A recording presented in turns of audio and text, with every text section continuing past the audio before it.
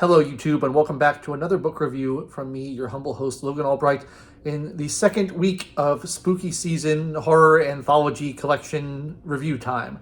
This one coming a day late because, quite honestly, I forgot to do it yesterday. I got a lot on my plate. I'm promoting a new book release. Give me a break.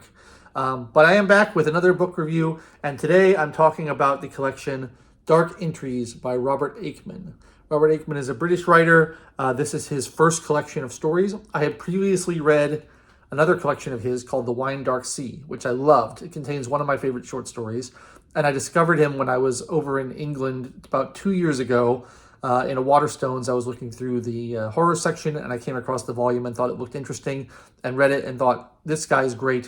He's a really interesting writer. So I wanted to read another one of his collections. Put it off for far too long. Finally got around to reading Dark Entries, which I only know as the title of a Bauhaus song, which presumably was inspired by this because the Bauhaus song came later. This was published in '63. The Bauhaus song is from the late 70s. So I assume that's where they got the inspiration from. This collection contains 6 stories, which I will talk about briefly, but I want to first say there's a quote on the back here from Neil Gaiman. Neil Gaiman being another one of my favorite writers. And he says, reading Robert Aickman is like watching a magician work, and very often I'm not even sure what the trick was. All I know is that he did it beautifully.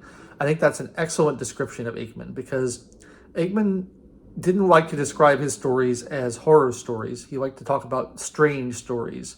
That's how he characterized them, and he kind of had some disrespect for the term horror and the genre of horror. He was in the weird fiction category, although he used the word strange rather than weird.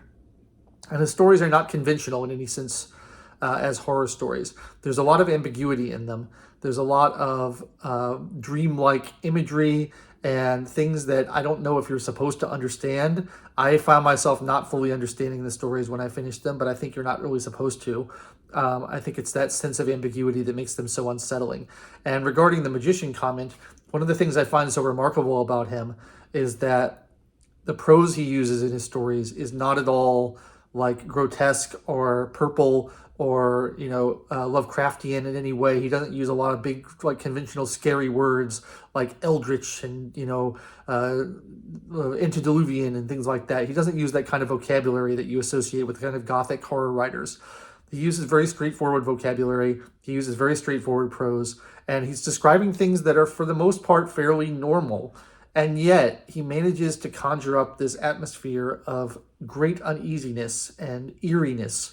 And I don't know how he does it. I can't quite figure out how he's accomplishing this feat. It is like a magic trick because there's nothing in his prose that should indicate that these are scary stories, and yet you can't help but feel kind of frightened when you read them because of just because of something that he imbues into them.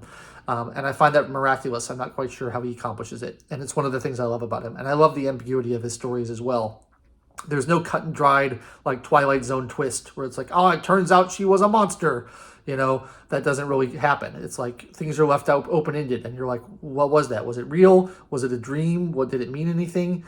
And I think that's great. I think that's a type of storytelling that we don't see quite so much anymore. It feels like an older style of storytelling, but I really appreciate it and I think it's a lot of fun.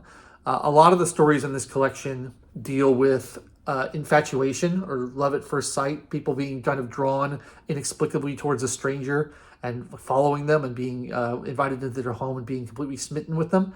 And I think that's interesting in itself because I think that's a good emotion to play on if you're writing a horror story, because the emotion of infatuation is sort of frightening and sort of terrifying because you're basically in another person's power. You don't understand what it is about them that's drawing you to them, that's attracting you to them. There's a sense of vulnerability there.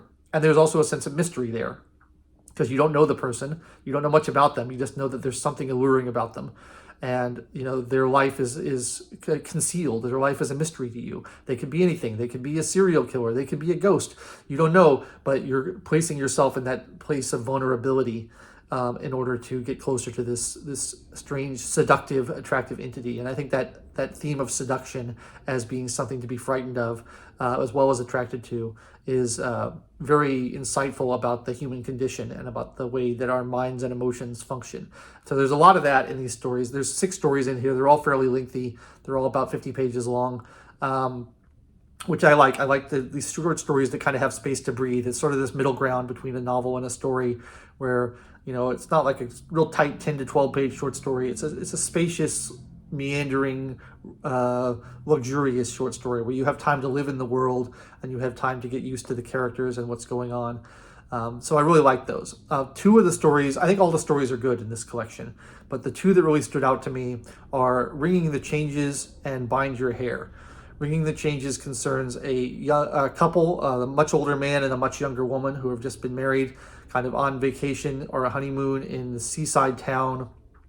And the seaside town is beset by bell ringing. All the churches are constantly ringing the bells, and the man is getting annoyed at them.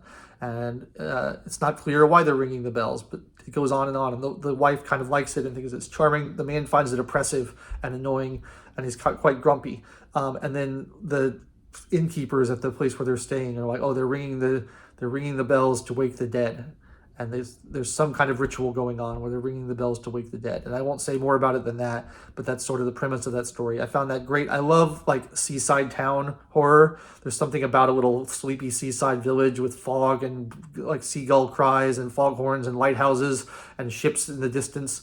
That's like, there's just something really eerie and spooky about those towns. Like something from like John Carpenter's The Fog. I love that kind of stuff. My favorite. So that one I really liked.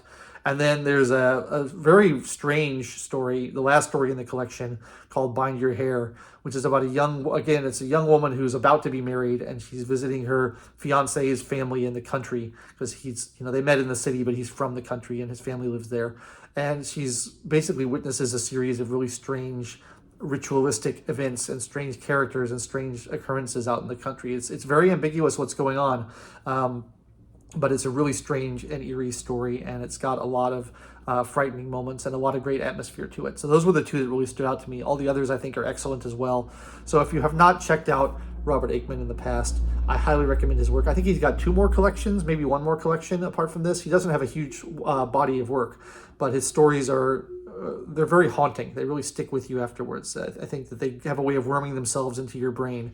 So if you like the kind of more subtle, strange stories that aren't blood and guts and monsters and stuff, I do recommend Robert Aickman very highly. I think you will be very pleased with his kind of subtle eeriness that he imparts into his stories. So that's what I have for today for the second week of spooky season. I will be back next week with another anthology of spooky stories to be revealed at that time. And I hope you guys are having a good spooky season, and I'll catch you next time. Thanks so much for watching. I've been your host, Logan Albright, and I'll see you later.